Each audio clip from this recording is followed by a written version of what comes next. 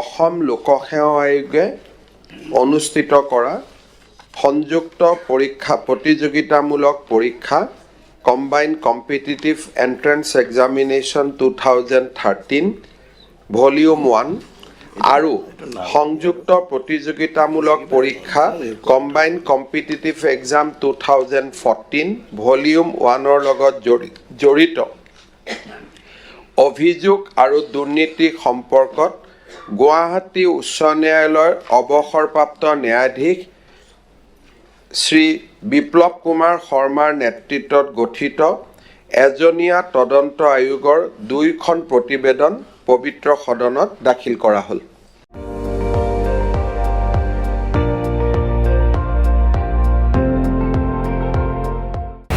আপুনি চাই আছে ND24 সৰ্বশ্ৰেষ্ঠ নহয় সৰ্বোত্তমৰ দৌৰ।